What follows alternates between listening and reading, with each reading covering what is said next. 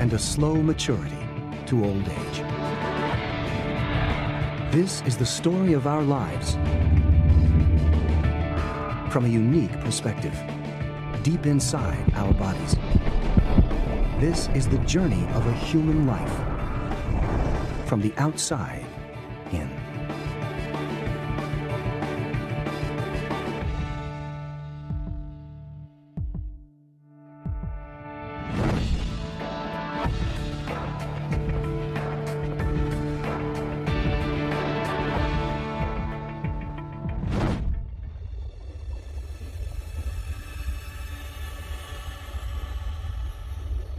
A fetus develops in the womb. It's an astonishing 40-week journey from a single cell to a baby ready to be born.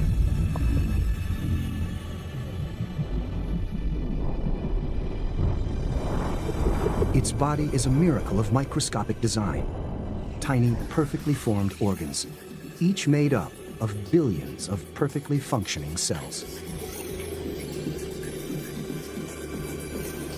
These cells are the building blocks of our bodies. They make us what we are, 100,000 billion cells, all working in harmony. Inside every cell is the same extraordinary engine, the machine that tells each cell how to grow and what functions to perform. DNA is unique to every person, a chemical blueprint of instructions that creates each new life.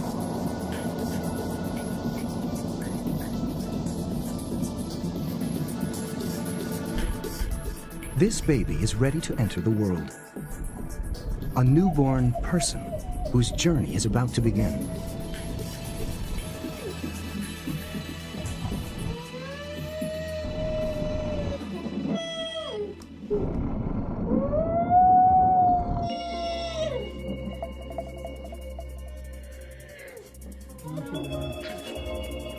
The journey starts with a challenge: breathe or die. These lungs have never breathed before. They're still full of amniotic fluid that protected them for 9 long months. The newborn is in danger of drowning. Then, the body kicks into survival mode. The adrenal glands, right above the kidneys, send adrenaline surging around the body. It shocks the lungs into life. Muscles we need to breathe suddenly start to spasm. And we take our first breath.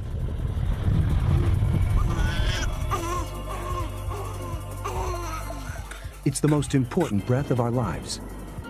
The first of 700 million. Our lungs will pump air every single second as long as we live.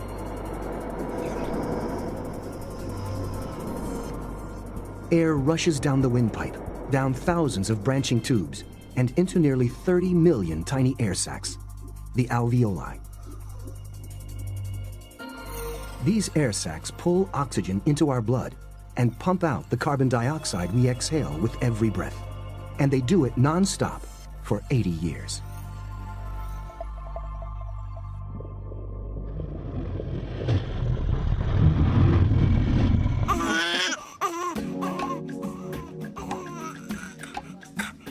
At the moment of birth, everything changes. The physical link between mother and baby is broken for the first time. The first hour brings rapid change. All the baby's organs have to adapt to life outside the womb. It's a challenging and risky time.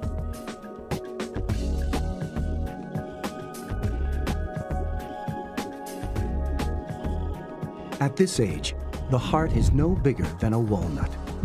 It's been pumping in the womb for 8 months, but now it has flaws that could be fatal. 2 holes, one in the aorta and one in the heart.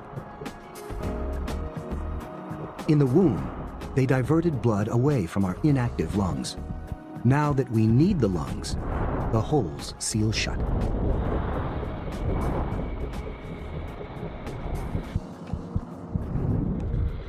The heart is working normally, pumping blood through tens of thousands of miles of blood vessels.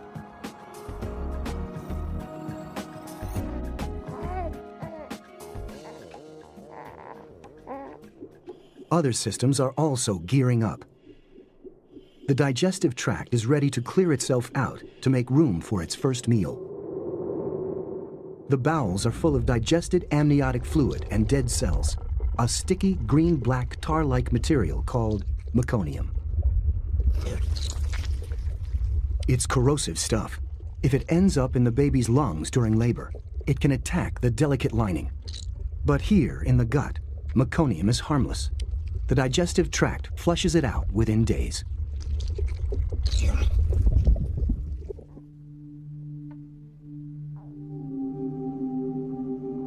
As time passes, more sophisticated systems start to kick in. Our next challenge is the cold. It was 100 degrees in the womb. Here at home, 65-degree room temperature is a shock to the system. The area that controls temperature is deep within the base of our brains.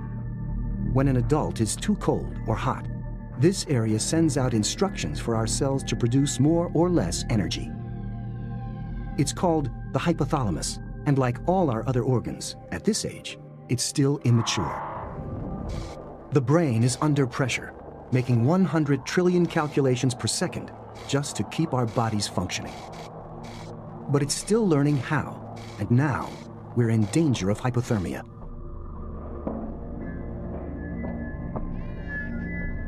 An infrared camera shows the struggle to keep warm as we lose precious body heat. The yellow areas show where we lose the most. Luckily, we're prepared. A layer of special tissue around our blood vessels and vital organs actively generates heat. It's fat, but this isn't regular fat. It's brown fat, a specialized type usually found in hibernating animals. It's packed with special heat-generating cells. Eventually, most of this fat will melt away as the hypothalamus matures and the liver and other organs take on the job of generating heat.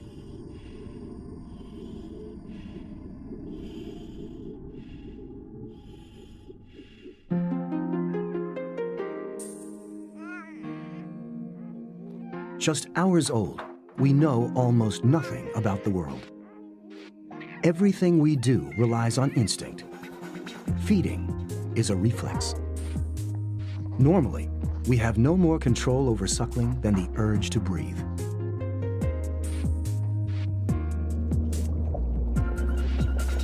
This is milk on its first journey down the esophagus to the stomach.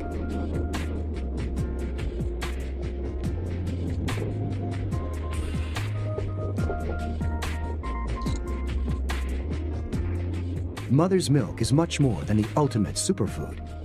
It also protects us from hidden danger. Outside the womb, bacteria are everywhere, invisible and potentially deadly. Our day-old skin is under constant attack.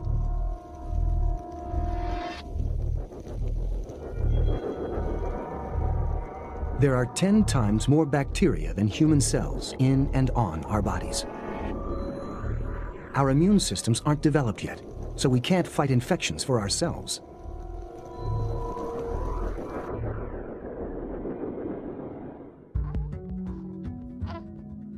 Amazingly, our mother fights them for us through her milk.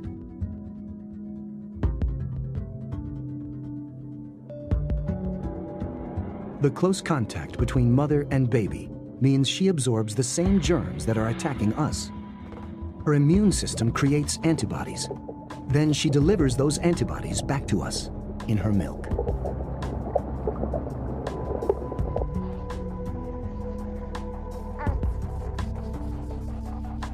Until our own immune systems develop, she will keep us safe. It's time to take on the world. It's been 4 weeks since birth. The baby has drunk nearly 30 pints of milk and and has put on 2 pounds, a quarter of its body weight. It's time for its first trip outside.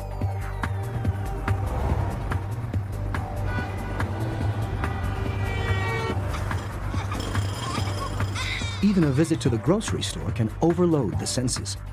It's noisy, bright, and smelly.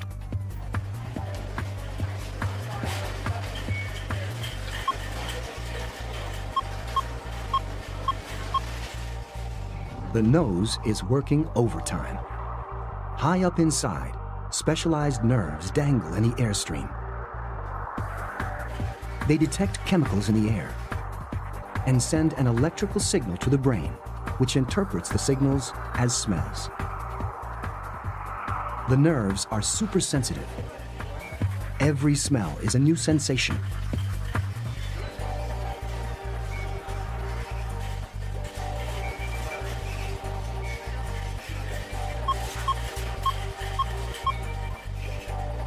The same goes for our hearing.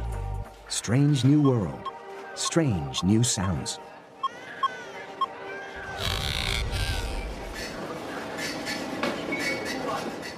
Sound waves vibrate the eardrum. On the other side of the eardrum, these tiny bones, the ossicles, vibrate in response. They're the smallest bones in the body, but without them, we would never hear a thing. They use leverage to amplify the vibrations, hitting the eardrum 22 times.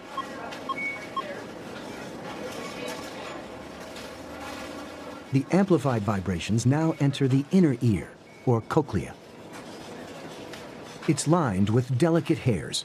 When vibrations pass through, the hairs vibrate. At the base are the fragile hairs for high-frequency sounds.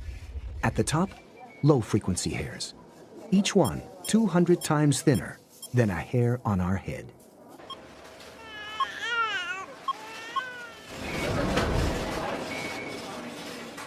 Over time, loud noises will damage these hairs. But at this age, they're perfect. Our hearing will never be this good again. The story is different for eyesight. We're born with very underdeveloped vision. Even at 1 month, the world is blurred and mostly black and white. Every aspect of our vision is rudimentary. The eye muscles are immature, keeping us from pointing our eyes where we want to.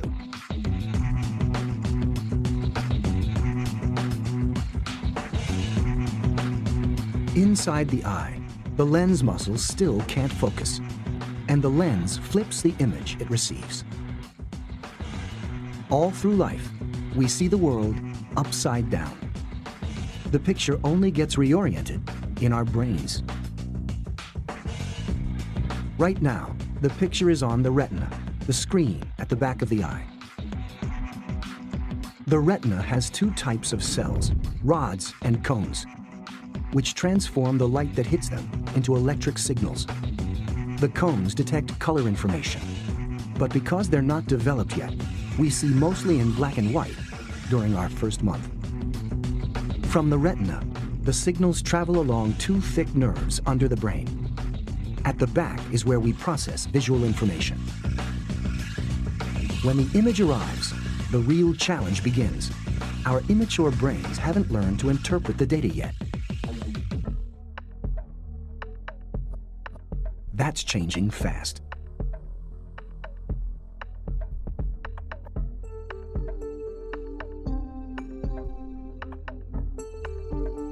At 2 months, we can distinguish colors and shades. At 4 months, we can identify our mother's face. By 8 months, we have 20/20 vision. Along with our perfect eyesight comes a growth spurt. We start packing on pounds. We add a quarter to our body weight every month. After 3 months, it slows down. Lucky for us, if we kept growing that fast, we'd weigh 150 tons by age 4. the same as a blue whale. At 8 months, all our senses work. We're beginning to explore the world, and the sense we use most is touch.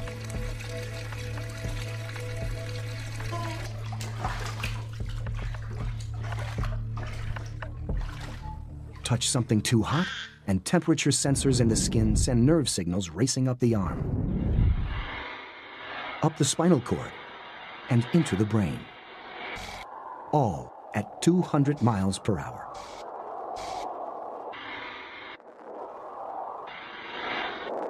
The brain detects the signal, interprets it as pain, and fires another signal back to the muscles. We move the hand away. We have sensory nerve receptors all over our skin, but some areas are more sensitive than others. The hands, face, and mouth.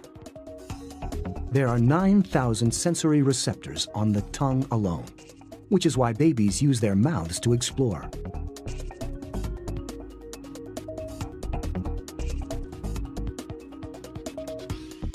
But there's another reason for all the gnawing. Something painful is happening inside the baby's mouth. Her first teeth are coming through. Milk teeth form deep in our gums while we're still in the womb. Now, one by one, they burst through. It's painful, but it's progress. At 8 months into life's 80-year journey, the senses are operating at full capacity. Every sensation is a new surprise. And with her new teeth, she can take on more solid foods. Digestion starts in the mouth. Teeth grind up the food. Then, special glands under the tongue pump out saliva to help break down and lubricate the food on its 12-hour, 13-foot journey through the gut.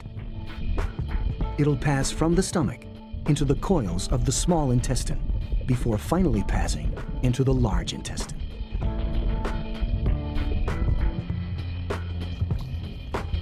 Waves of contracting muscle keep the food moving, a process called peristalsis.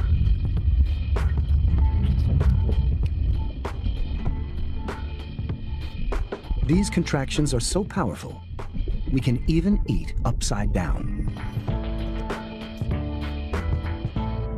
For the first time, a new camera shows a high-definition view of how food travels through our bodies and into our stomachs.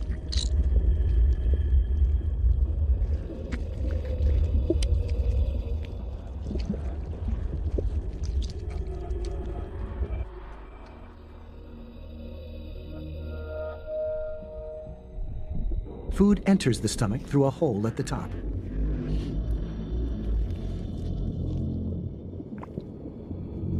The stomach is a bag of muscle that churns, squashes, and squeezes food into liquid.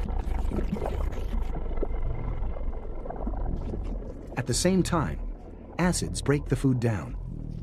The stomach walls protect themselves with a lining of mucus. Without it, the acids could digest parts of the stomach itself, causing stomach ulcers.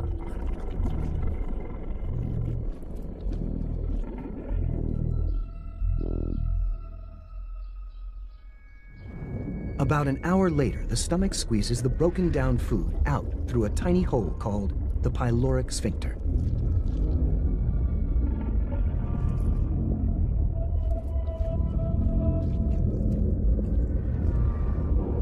The food enters the small intestine, an 11-foot coil of tube where we absorb most of the nutrients. The interior wall of the small intestine is lined with millions of microscopic projections called villi. These increase the surface area of the gut, making it easier to absorb nutrients.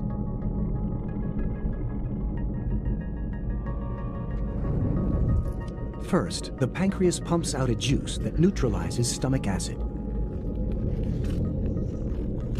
Then bile from the liver breaks down the fats into tiny droplets. Smaller droplets are easier for the intestine to absorb. After an hour and a half, the small intestine has absorbed most of the nutrients from the food. It's time for what remains to move on. It enters the large intestine through this, the ileocecal sphincter, a valve that keeps our food from going back where it came from.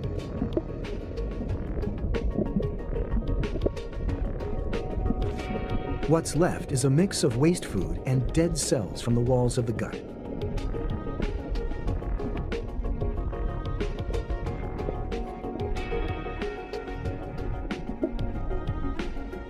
The large intestine's main job is to extract water from it. Lots of bacteria live here too, but it isn't because of an infection. We actually need them. They produce enzymes that break down complex carbohydrates in our food, carbohydrates we couldn't otherwise digest.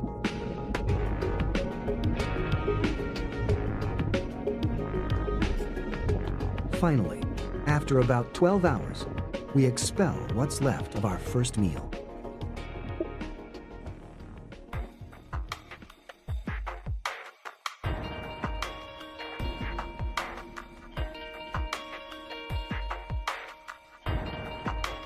One year old.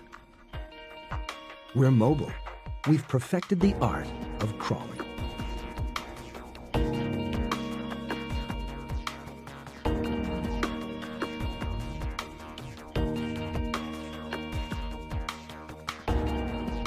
Our bones are stronger. They need to be. We're getting pretty heavy. At birth, the skeleton is mostly cartilage, the same material as our ears. Cartilage is flexible. It's what allows us to squeeze through the birth canal. But after birth, our soft skeletons are a problem. They need to be rigid to support our growing bodies and protect our vital organs.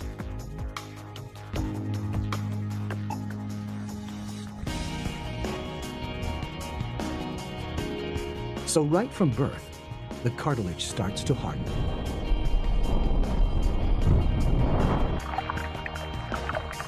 Special cells called osteoblasts lay down minerals that turn soft cartilage into hard bone. Some bones even fuse together. At birth, we have gaps between the plates of the skull, which allow the skull to deform during birth. Through our first year, these gaps gradually close until the skull is finally complete. As our skeletons develop, so does our desire to get around. We're about to hit one of the major milestones in life, standing on 2 feet. The key isn't strength, it's balance.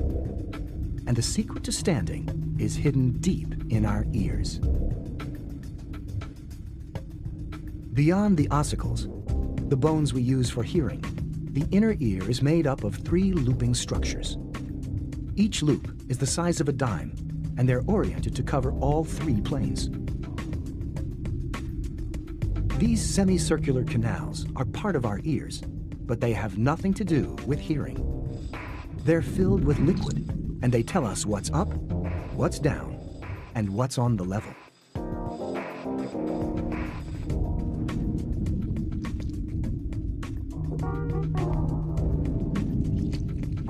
The liquid inside sloshes against sensor hairs lining the tubes. The hairs send data to the brain about how we are oriented and our direction of movement. These are our organs of balance.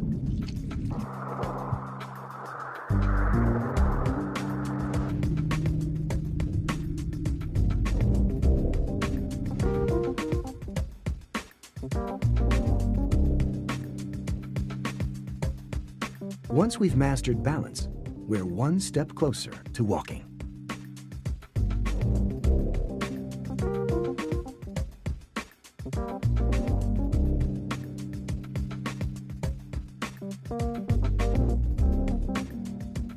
Now there's no limit to where we can go and what we can learn.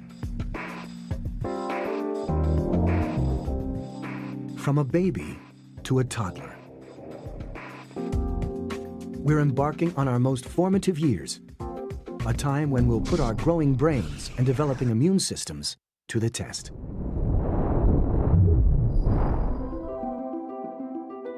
Age 2. We've survived infancy and can stand on our own 2 feet. Next up is a uniquely human challenge, learning to talk.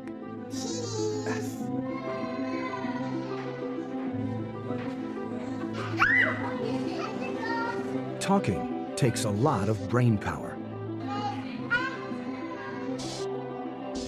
A 2-year-old learns 10 new words a day. This is Broca's area, the region at the side of the brain used for speech production and comprehension.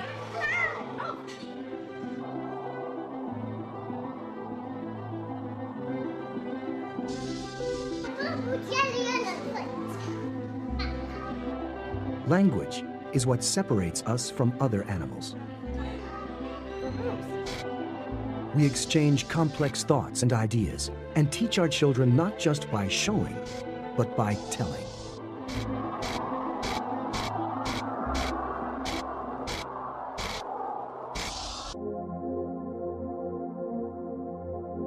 As our brains develop, we gain other uniquely human qualities. We're aware of our own identities and individuality. We gain the ability to think for ourselves. And we're forming memories that will last a lifetime, like our first day at school.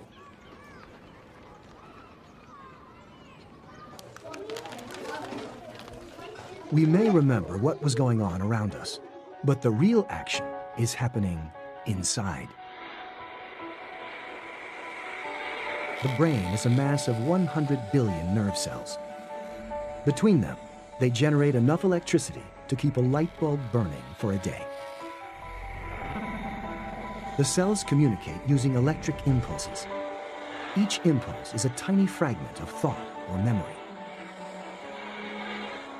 When we hear a new word, My grandpa's veteran. our ears convert the sound into electrical impulses in our brains.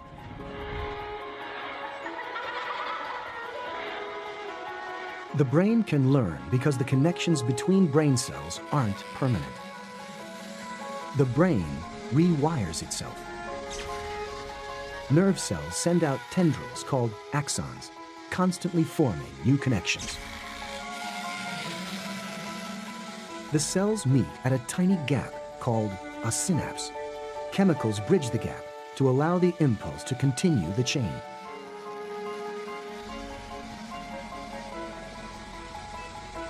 The new connections form a pattern, a new memory.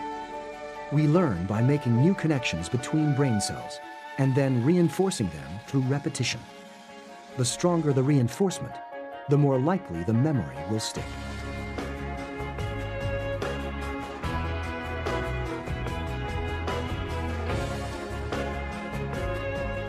What does the word veteran mean?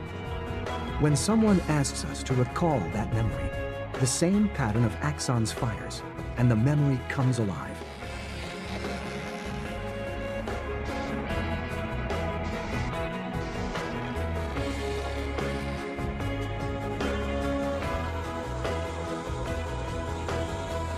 Our brains respond by sending messages to the nerves that drive the muscles in our arms.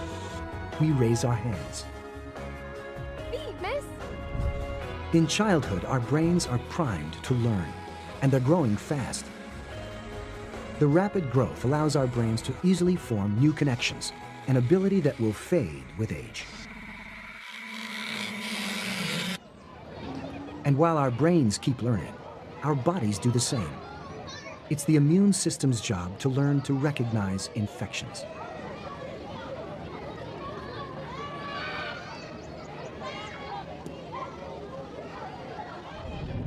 Every germ that enters the body carries the potential threat of disease.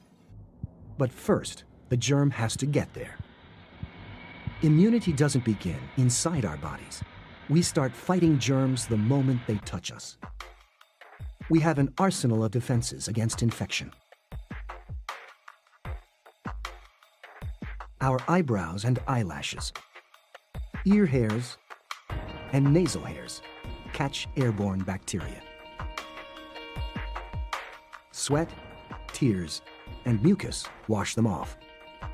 Our skin constantly sheds its top layer of cells, taking bacteria with it. The mouth is especially vulnerable. Here, too, we are armed and ready to fire. Each squirt of saliva contains lysozyme, an enzyme specially targeted to destroy bacteria.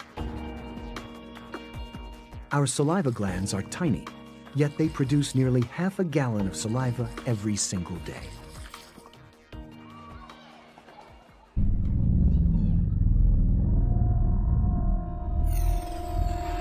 Sometimes, a pathogen breaks through these external defenses, and our immature immune system reacts to prevent infection.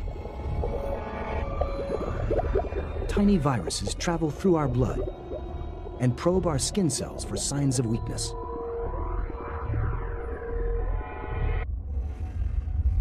The virus hijacks a cell and manufactures thousands of copies of it. Then, the infected cell ruptures, spreading even more viruses around the body.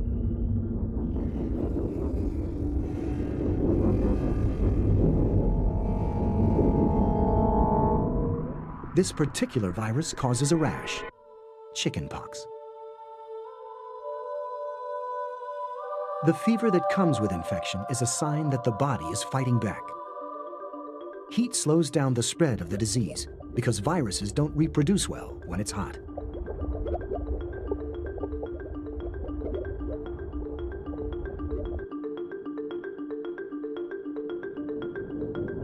The immune system kicks into action.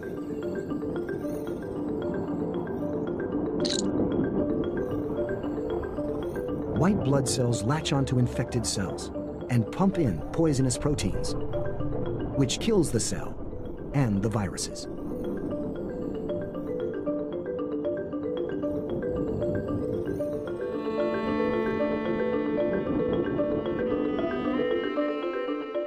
Crusty skin blisters signal the battle waged between the immune system and its viral assailants. Each one contains cellular debris and the remains of 100,000 viruses.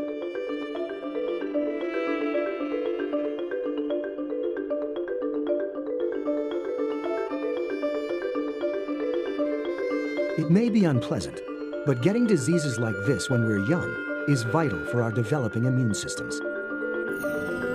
Our bodies create memory molecules against the virus, antibodies. We used to rely on antibodies from mother's milk. Now, we make our own.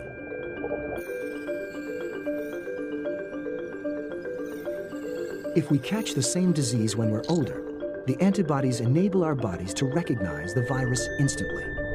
White blood cells wipe it out before it has a chance to take hold.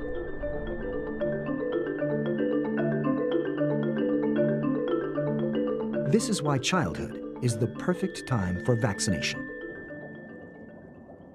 Vaccines are harmless doses of viruses like mumps, polio, or rubella. The body creates antibodies as if it had really been infected. Now, if we ever catch the real thing, the body will recognize it and attack.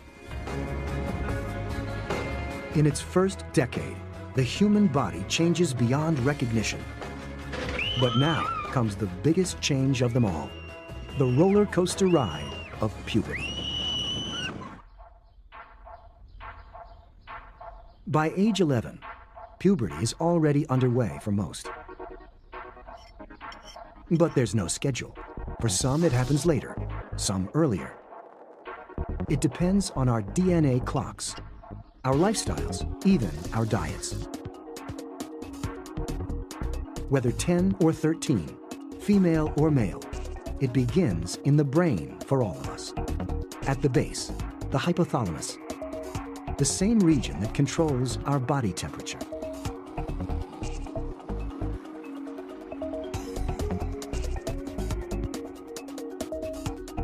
Puberty starts when the hypothalamus releases a protein, kisspeptin, into the brain. The kisspeptin triggers the release of other hormones in a chain reaction throughout the body.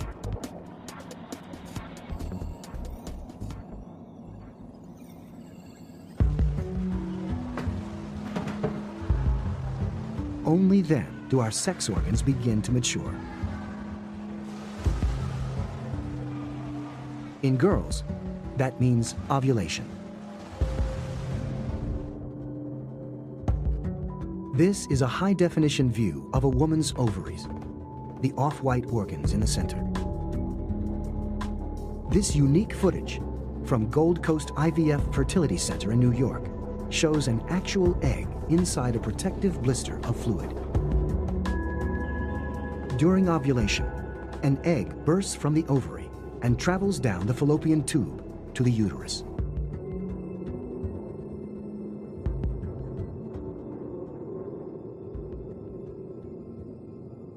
From now until menopause, the same thing will happen every month. Then, menstruation clears the uterus of unfertilized eggs.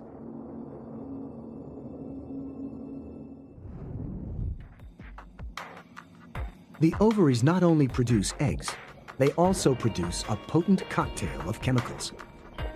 They release hormones into the bloodstream, including estrogen. These hormones have dramatic, lasting emotional and physical effects. Both boys and girls experience a growth spurt.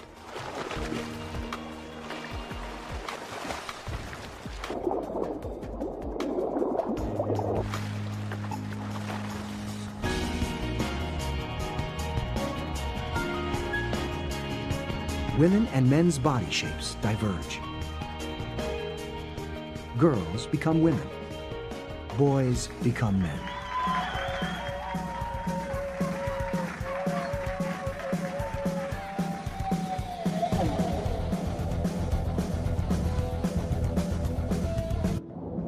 Male brains also release kisspeptin to trigger puberty.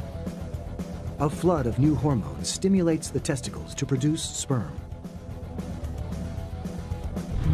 The testicles also generate a 10-fold surge in testosterone, the hormone that creates the physical characteristics of manhood. The larynx opens up and tilts forward. The vocal cords stretch wider.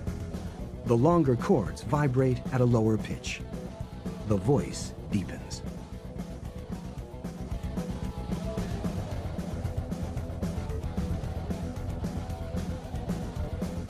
Testosterone stimulates the growth of body hair and doubles muscle mass,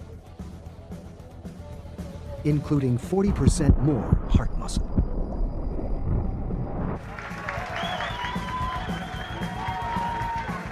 These are changes we can see and hear, but changes are going on that we can't see. In the brain, nerve cells undergo extensive rewiring, transforming our mood and character. Both sexes experience a flood of new emotions, and one beats them all. For the first time, both sexes find the other sexually attractive. From the inside out, our bodies are overwhelmed by new sensations. Our pulse races. Our blood pressure rises. Our lips gorge. Our cheeks flush with blood. All signs that we desire someone. And if the desire turns out to be mutual, we hit another major milestone, our first kiss.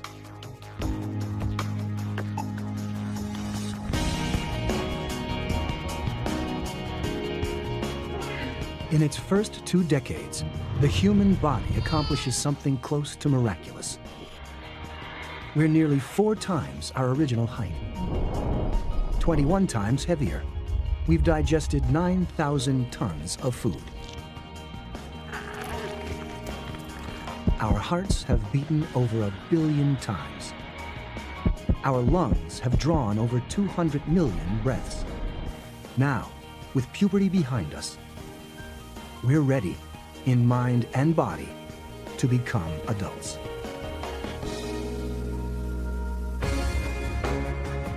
Our early 20s, childhood and puberty are behind us. This is the start of a new phase in our lives, adulthood. We've flown the nest. What happens now is up to us.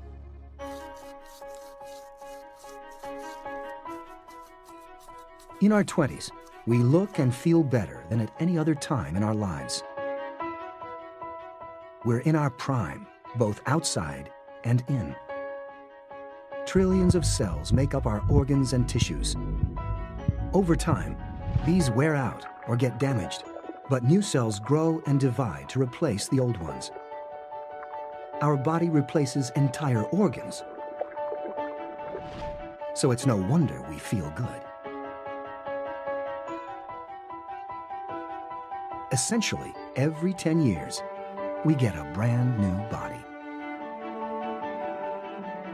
Some tissues regenerate even faster, like our hair and nails, which requires a quick trip to the salon every so often.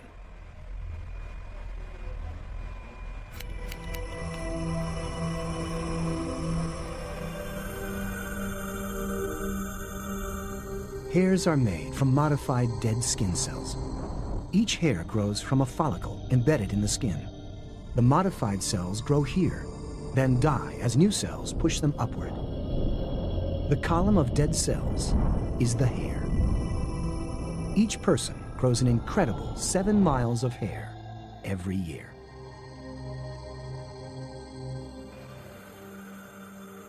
Our hair grows whether we want it to or not, but other parts of our body are partially under our control.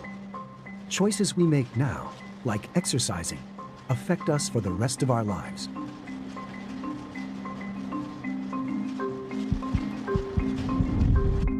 It has an effect throughout the body, helping cells and organs stay in peak condition.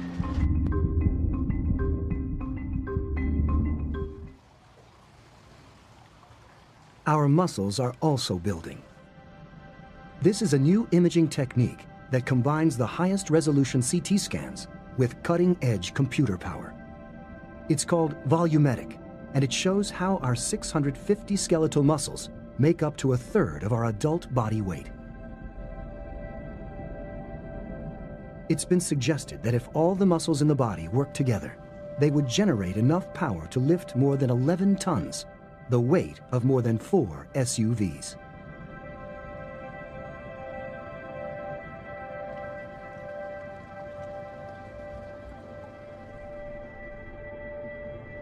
Muscles are made from bundles of fibers.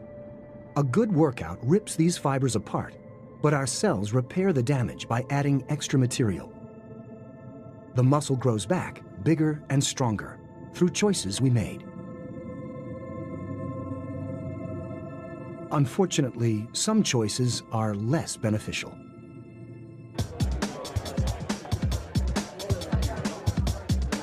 Some expose us to damage that even our youthful cells can't repair.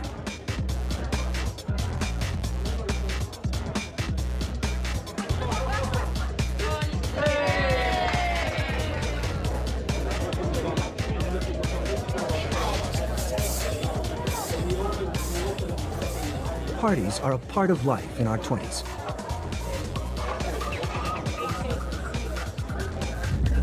We all know smoke can damage the lungs. But smoke isn't the only hazard here. Our hearing is under threat too, from loud noise.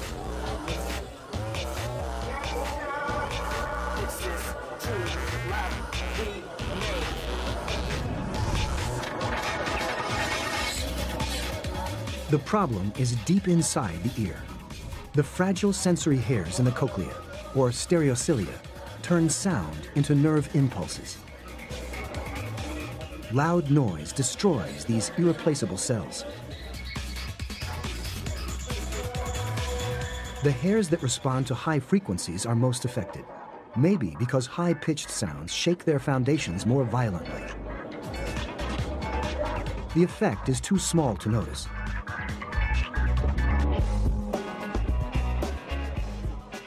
But the frequency range of our hearing is already shrinking.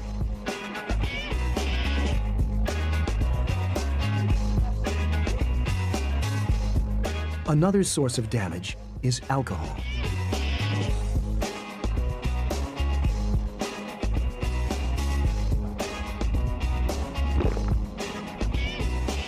As we absorb alcohol into our bloodstream, it affects both our organs and our state of mind. It raises our blood pressure and makes our heartbeat irregular. We relax, lose our inhibitions, and our coordination.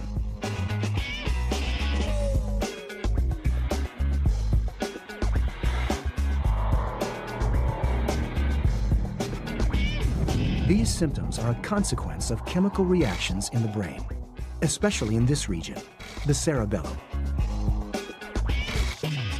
It controls coordination and balance.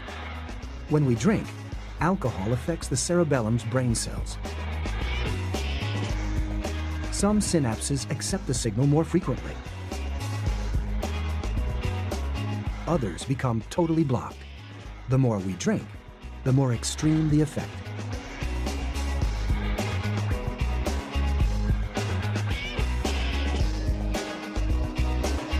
It may feel good now, but there will be a price to pay later.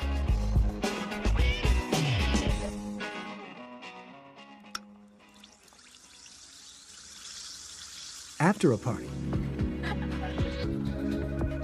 time passes, and we get to know our limits. Now, new challenges are on the horizon to find love and have children of our own.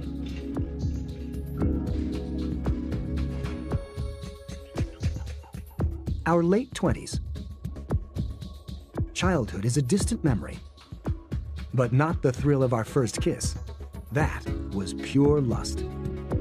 Now, it's time for something new. It's time to fall in love.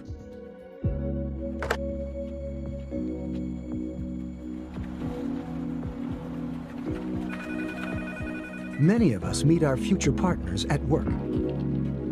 We may think the attraction is social or physical, but a lot of it is biological. We use our eyes to size up our date. But looks aren't everything. Attraction is also about smell. Inside the nose, olfactory nerves do more than detect smells. They also detect chemicals we can't smell. Pheromones, odorless hormonal messages we release in our sweat. Pheromones carry information about our genetic health and our ability to resist disease. Our brains use these signals to help choose a partner with the best possible genes for our children. Love is more than just an emotion. It's all about chemistry.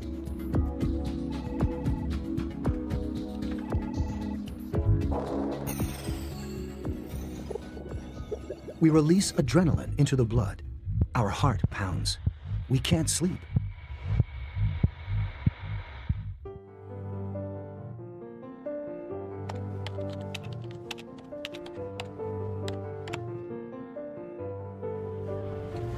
When that happens, another hormone comes into play. The brain floods with dopamine, the feel-good hormone. It's as potent as cocaine, makes us euphoric, and it's addictive. It leaves us wanting more.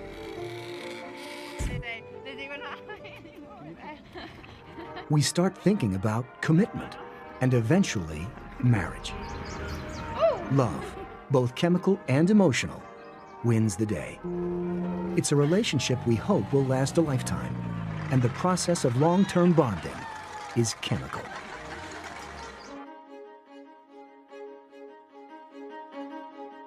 Sex isn't just about procreation or recreation. It chemically strengthens the bond between us. Both partners' pituitary glands pump the blood full of a substance called oxytocin, sometimes called the bonding hormone. It's the very same hormone that binds us to our mothers as newborns.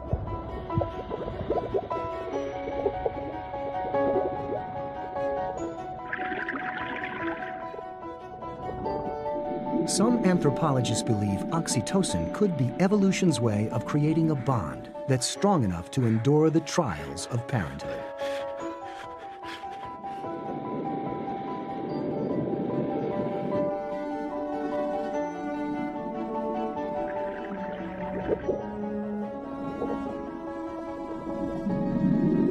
And the time for parenthood is now. The man releases sperm. The goal, to find the egg. An egg ripens and bursts from the woman's ovary, the largest cell in the human body. It passes into the fallopian tube, ready for fertilization.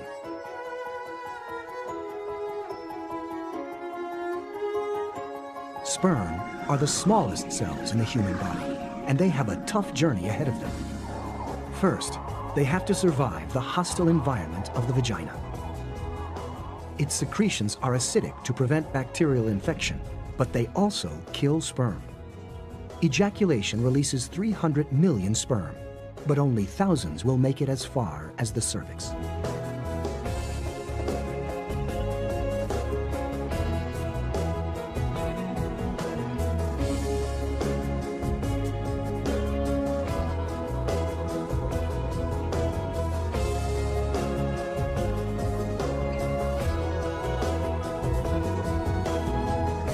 The surviving sperm swim into the uterus and fallopian tube. Muscular contractions in the walls of the fallopian tube help guide the sperm toward the egg. Only a few hundred make it this far. And only one will succeed in fertilizing the egg.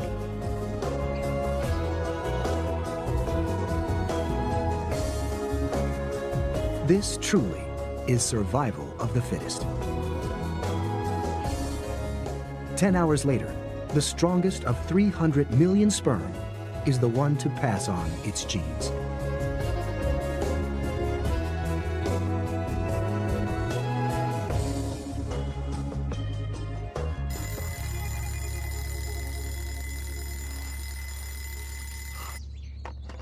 So far, there's no sign of conception. We're totally unaware that we're about to embark on a new chapter in our lives. Over the next 40 weeks, a single cell will develop into a perfectly formed baby.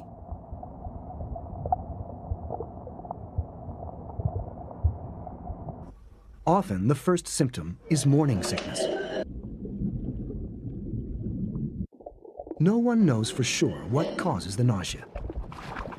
One theory is that it protects the fetus from toxins in food, which could harm its organs during this critical phase of development.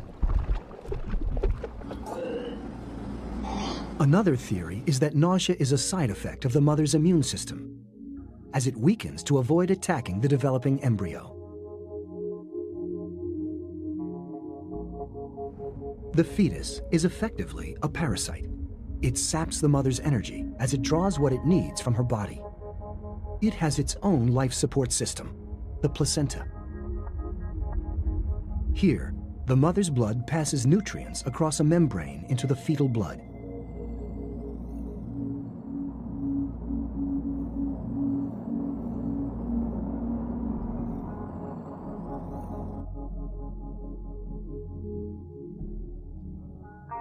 With this constant supply of nourishment, the fetus grows over 30 ounces in its first 10 weeks. The uterus expands to 1,000 times its normal size, just to hold it.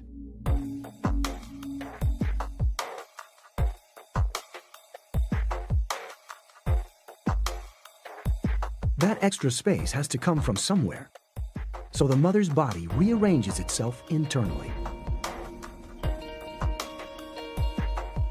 This woman isn't pregnant, but her organs are still a tight fit. In a pregnant woman, the organs get squeezed, and some are pushed up into her chest.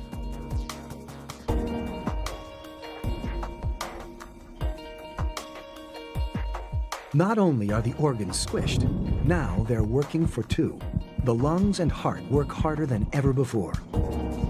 To make space, muscles and tendons in the spine relax, and it curves out of its normal shape.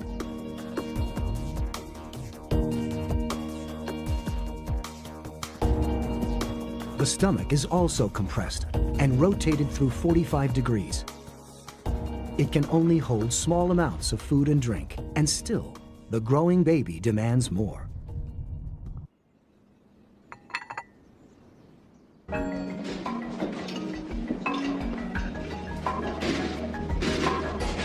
After 9 months, it's time to give birth. And pushing out a 7-pound baby can be quite a challenge. Softened tendons allow the pelvis to open up the birth canal. But even so, it's a cramped space. Volumetric imaging shows the claustrophobic route the baby has to take, with a tight twist to get around the tailbone.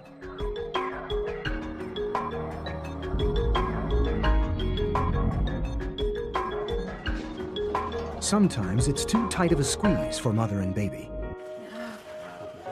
The only option for a safe delivery is surgery, a cesarean section.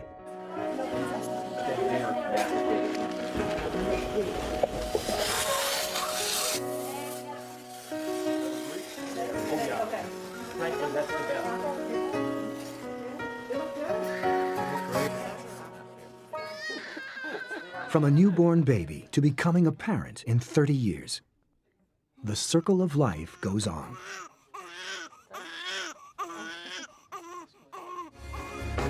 Our 20s are behind us. Our bodies are about to enter a new period of change as the aging process takes hold.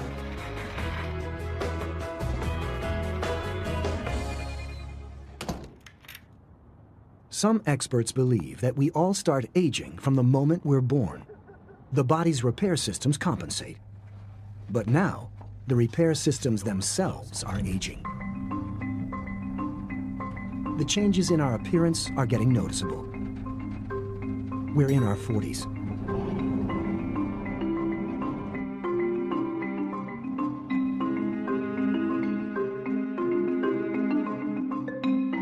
The cumulative effect of years in the sun causes the first symptom: wrinkles. Since birth, our skin cells have replenished our skin at an astonishing rate. We can make up to 30,000 new skin cells every minute to replace the dead cells we're constantly shedding.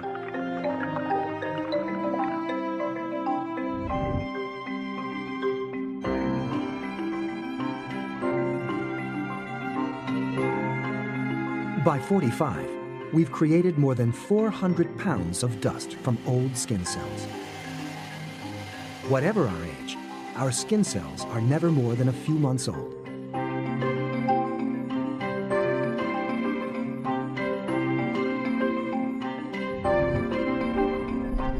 The skin cells are fine. The problem is the stuff that binds them together: collagen.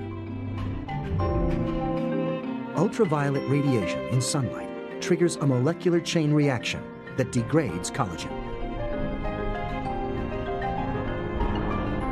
The fibers get thin and break. Our skin loses elasticity, and we get wrinkles.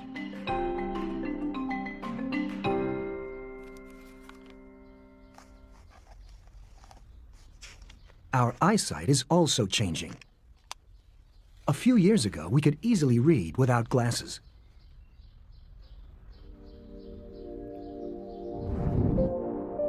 The problem is in the lens. Inner lens cells, along with heart cells and most brain cells, are among the only cells our bodies never replace. They're exactly the same lens cells we had as babies. As we get older, the lenses gradually stiffen. They don't focus as well. And our eyes start to dry out. We produce less fluid to lubricate the eye, and fewer tears to flush out debris.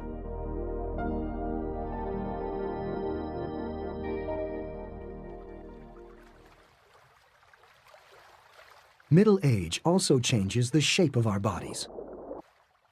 Exercise alone isn't enough to keep us in shape anymore. At 20, it was easy. We could eat what we wanted, do what we wanted. Now our metabolism is changing, and it's easier to put on weight.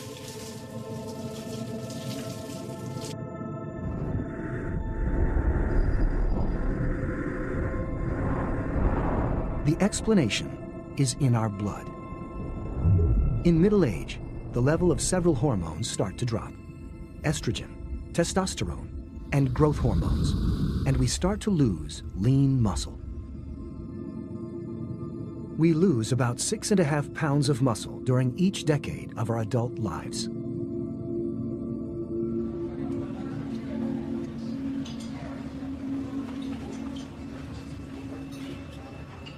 Less muscle means the body burns fewer calories. We need less fuel.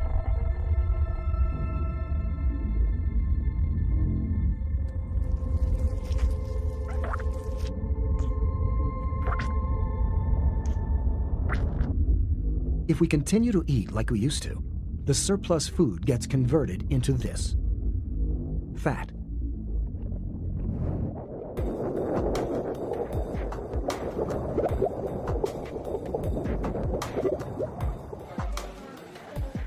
For women, fat tends to go to their hips. It's the body's way of providing a steady energy supply for pregnancy.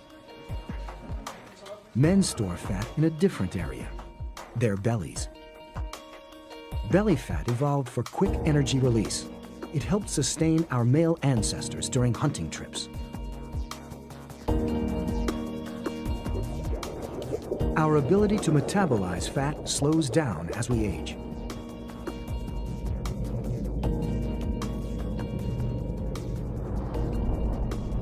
Inside each cell in our bodies, there are tiny structures called mitochondria.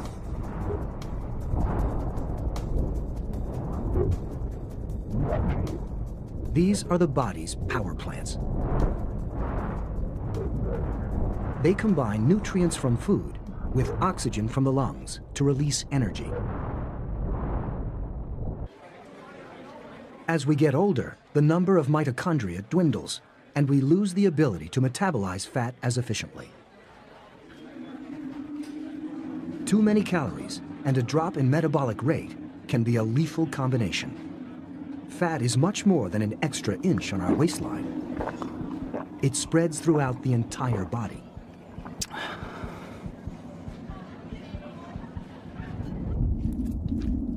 For the first time, a high-definition endoscope, inserted through the navel, reveals the full extent of fat cover inside the abdomen. The intestines are smothered in yellow fat deposits. Fat finds its way into almost every available space of our bodies, even inside our blood vessels. Deposits build up on the inner walls, narrowing the tube. The heart has to work harder to pump blood through the restricted vessels. In extreme cases, fat can block the vessels completely. If fat blocks the arteries that supply the heart, the result can be fatal. The heart muscles are deprived of oxygen and nutrients. The muscle risks going into spasm, a heart attack.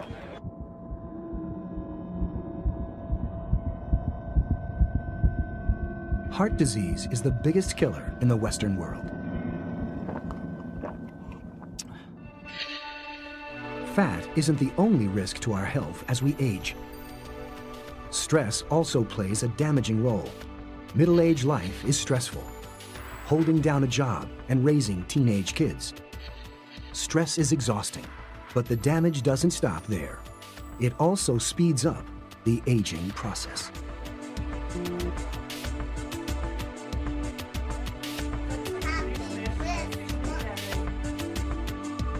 "50 years old.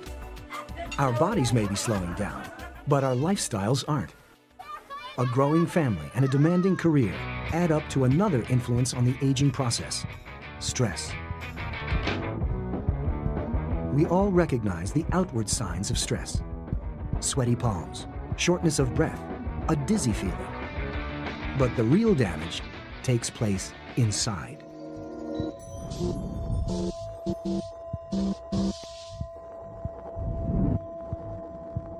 Our bodies instinctively shift into fight or flight mode. Hormones, adrenaline, and cortisol flood from the adrenal gland into our bloodstream. Our muscles contract. Arteries constrict. The heart pumps faster, and our blood pressure hits the roof.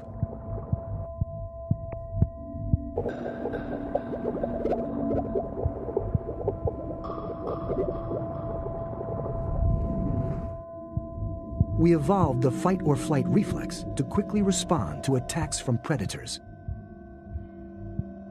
To have the reflex triggering so constantly causes irreparable harm to our cardiovascular network.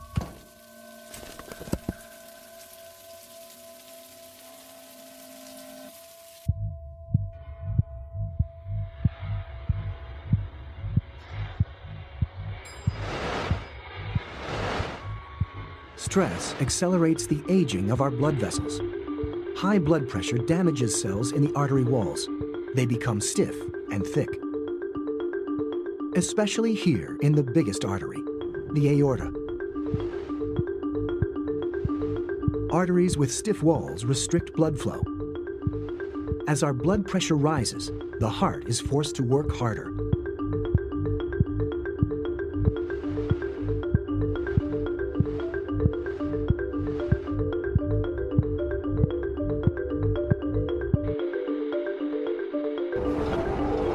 It's a vicious cycle. The more stressed we get, the more we damage our blood vessels. And the more we damage our blood vessels, the less we're able to deal with the effects of stress.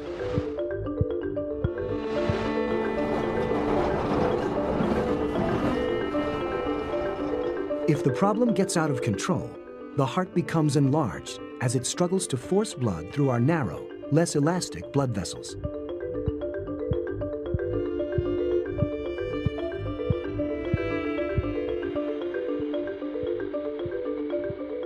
High blood pressure can even rupture blood vessels in the brain.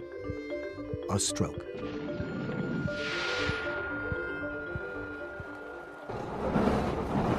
Most of us learn to manage stress. But for women in their 50s, another factor compounds the problem: menopause.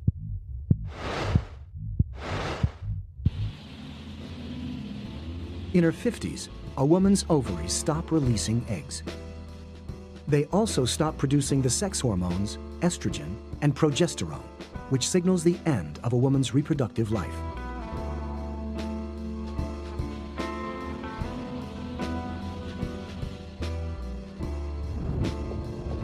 As the supply of hormones winds down, it destabilizes the regions of the brain that deal with mood, sleep, and temperature control. When the hypothalamus is thrown off course, hot flashes occur, moments when the body can't set its thermostat correctly.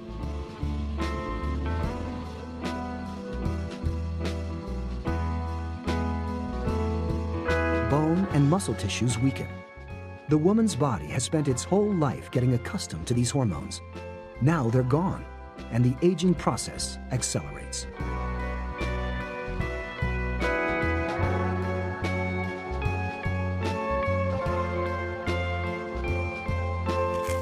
Our 60s come and go. Our kids leave home, and we leave work. We enter a new phase of life: old age.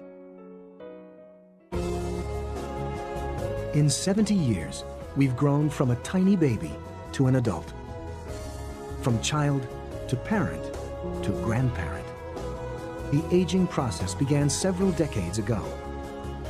Now, we're in the grip of old age.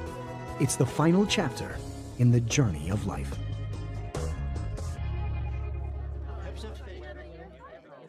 When we retire from work, we gain a slower lifestyle, and our bodies slow down. The outward signs of aging are only the beginning.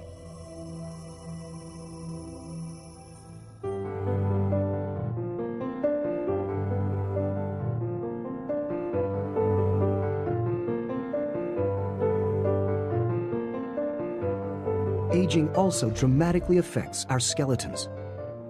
Any of us could be at risk for osteoporosis.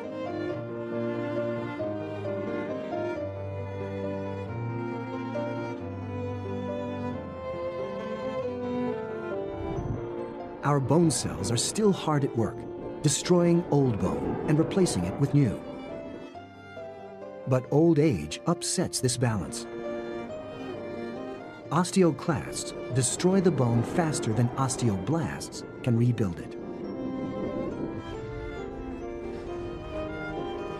What remains is a hollowed-out cluster of brittle bone fibers. Our bones slowly crumble as the years slide by.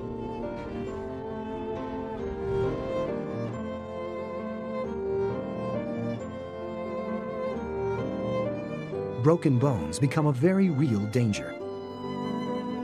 It can happen to men and women alike.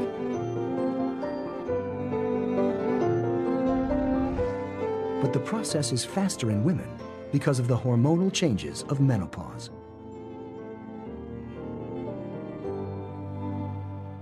The aging process is one of the great mysteries of life. Why does our appearance change so much between the ages of 40 and 70? It's more than wear and tear. It's a process affecting every cell in our bodies. Every day, cells clone themselves into billions to battle wear and tear on our organs. The DNA inside each cell gets copied. The old cells die off, and the new ones take their place. But the copying system isn't perfect. Any imperfections in our DNA are also duplicated.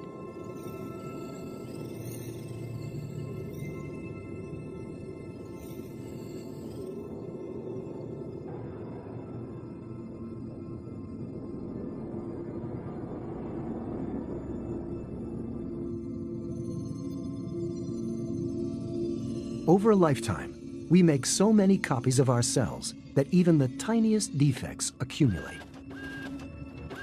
It's like using a photocopier. Copies made from copies degrade in quality. We have totally replaced the bone in our face every 10 years since we were born. Our 70-year-old face is a 7th-generation copy of our baby face.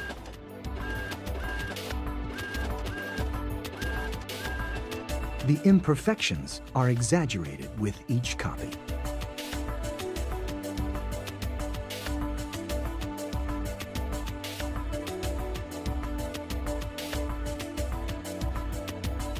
Another reason for aging could be the air that we breathe.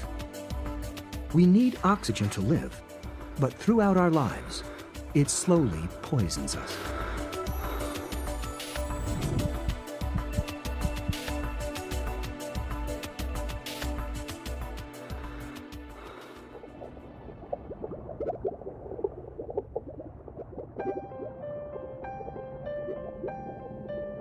Inside each of our cells, our mitochondria are like tiny power plants, combining food with oxygen.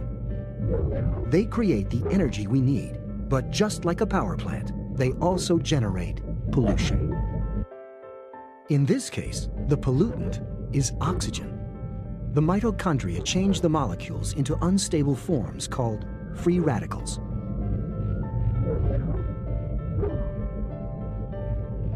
Over a lifetime, free radicals slowly suffocate the mitochondria and damage our cells. Our cells and DNA become more and more damaged.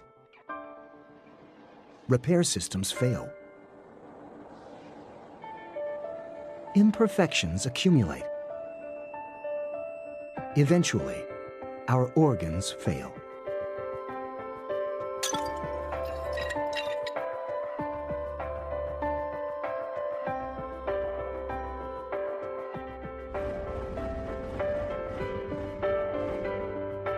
Even with a healthy lifestyle and the best medicine, death is unavoidable. Our DNA makes us what we are and guides our development, but it also determines how long we live.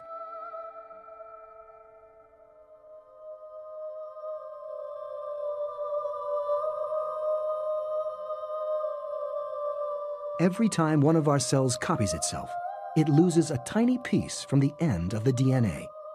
After billions of cell divisions, the end section is gone. Our cells can't divide anymore.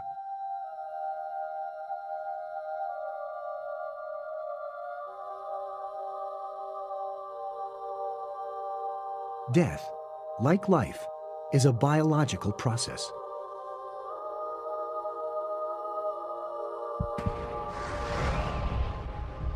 Scientists believe that near the moment of death, our bloodstream is flooded with endorphins, the body's natural painkillers. Now, starved of oxygen, tissues can't function. Within 10 seconds, the brain's electrical activity drops.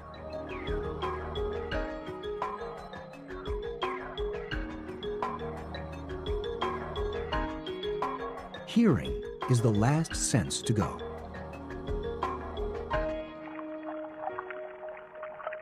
It can take 24 hours for our skin cells to stop dividing. Its final impulse.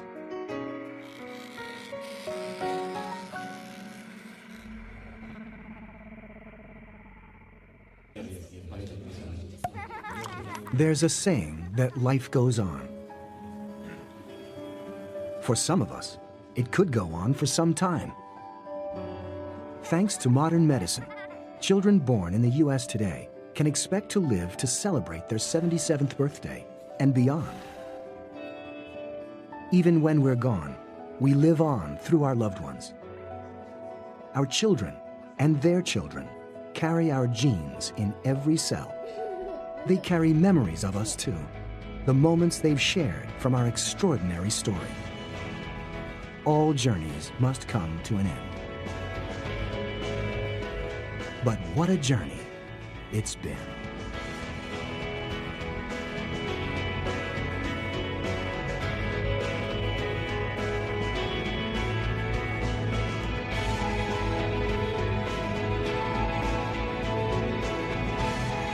The first time.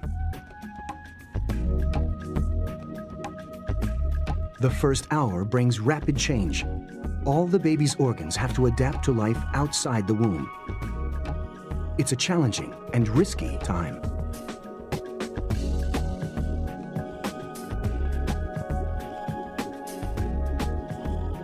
At this age, the heart is no bigger than a walnut. It's been pumping in the womb for 8 months, but now it has flaws that could be fatal. 2 holes, one in the aorta and one in the heart. In the womb, they diverted blood away from our inactive lungs. Now that we need the lungs, the holes seal shut.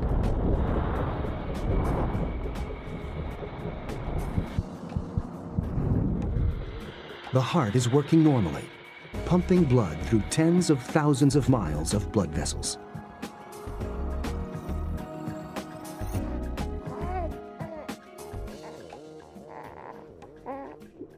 Other systems are also gearing up.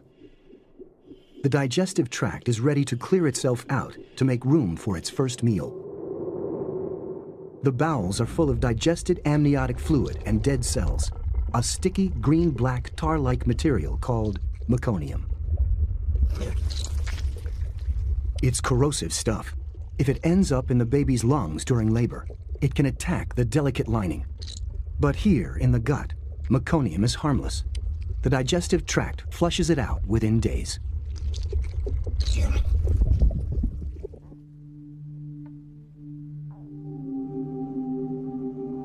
As time passes, more sophisticated systems start to kick in. Our next challenge is the cold. It was 100 degrees in the womb. Here at home, 65-degree room temperature is a shock to the system. The area that controls temperature is deep within the base of our brains. When an adult is too cold or hot, this area sends out instructions for our cells to produce more or less energy. It's called the hypothalamus, and like all our other organs, at this age, it's still immature. The brain is under pressure. making 100 trillion calculations per second just to keep our bodies functioning. But it's still learning how, and now we're in danger of hypothermia.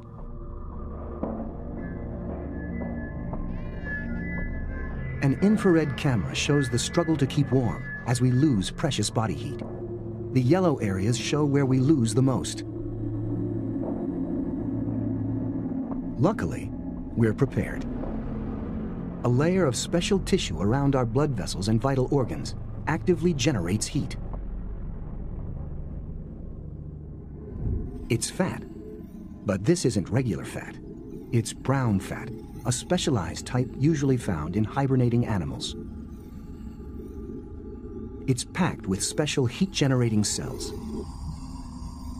Eventually, most of this fat will melt away as the hypothalamus matures and the liver and other organs take on the job of generating heat.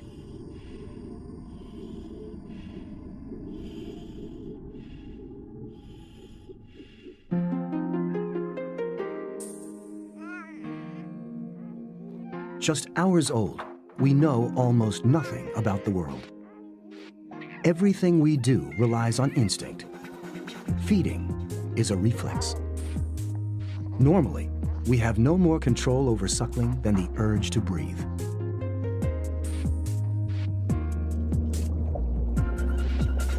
This is milk on its first journey down the esophagus to the stomach.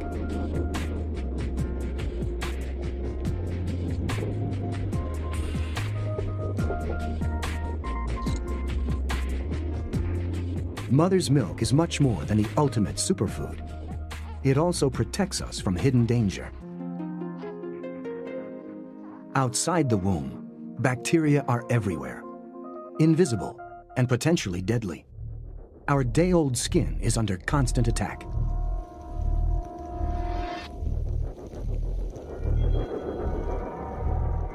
There are 10 times more bacteria than human cells in and on our bodies.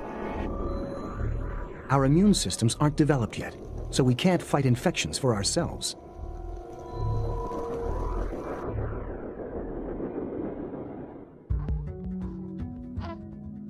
Amazingly, our mother fights them for us through her milk.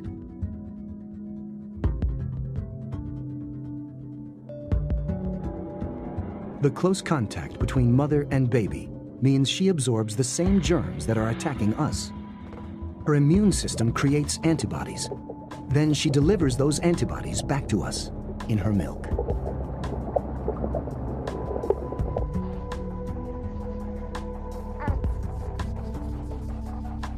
Until our own immune systems develop, she will keep us safe. It's time to take on the world. It's been 4 weeks since birth. The baby has drunk nearly 30 pints of milk and has put on 2 pounds, a quarter of its body weight.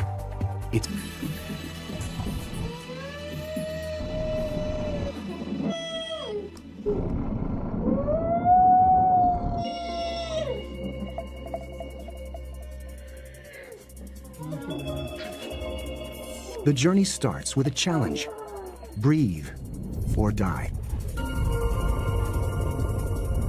These lungs have never breathed before. They're still full of amniotic fluid that protected them for 9 long months. The newborn is in danger of drowning. Then, the body kicks into survival mode. The adrenal glands, right above the kidneys, send adrenaline surging around the body. It shocks the lungs into life. Muscles we need to breathe suddenly start to spasm. And we take our first breath.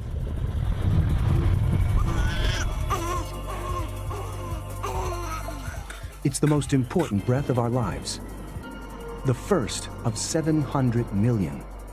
Our lungs will pump air every single second as long as we live.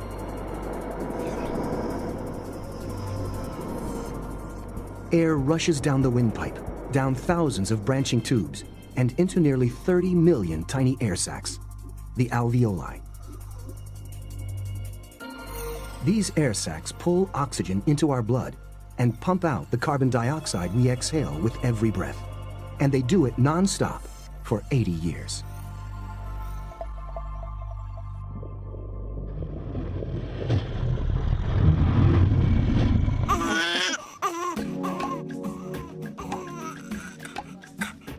At the moment of birth, everything changes. The physical link between mother and baby is broken for the hood, and a slow maturity to old age. This is the story of our lives from a unique perspective, deep inside our bodies. This is the journey of a human life, from the outside in.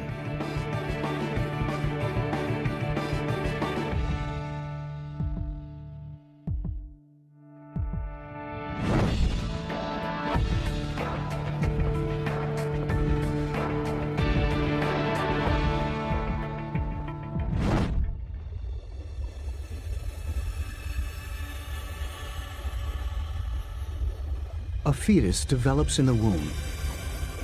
It's an astonishing 40-week journey from a single cell to a baby ready to be born.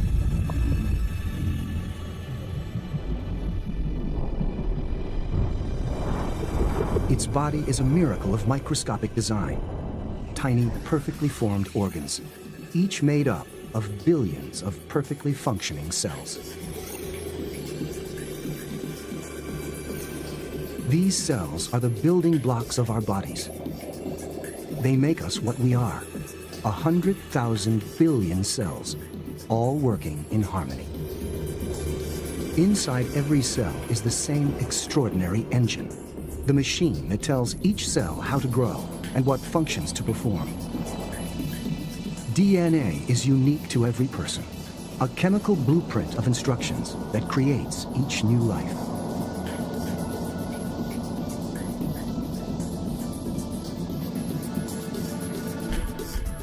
This baby is ready to enter the world. A newborn person whose journey is about to begin.